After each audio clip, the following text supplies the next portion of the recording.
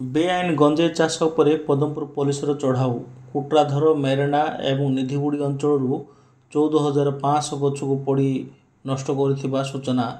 रायगड़ा जिला पदमपुर पुलिस तरफ आज सकाळ 9टारू अपराह्न 4टा पर्यंत बेआईन गंजेई चाष पर चढ़ा कर पहाड़िया अंचल कुट्राधर मेरेना और निधिगुड़ी अंचल लगी 14,500 गछ को हानि पोड़ी नष्ट कर सूचना मिली। आगामी दिन में चढ़ाऊ जारी रही माफिया विरोध में दृढ़ कार्यानुष्ठान नियाजिबोली पदमपुर पुलिस सूचना देती।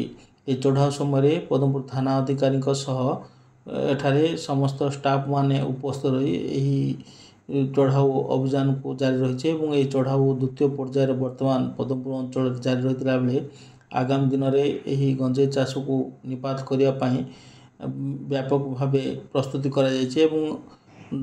समस्त अंचल गंजेई चाष को नष्ट कर पोड़ी दिया पुलिस पक्षर सूचना मिली।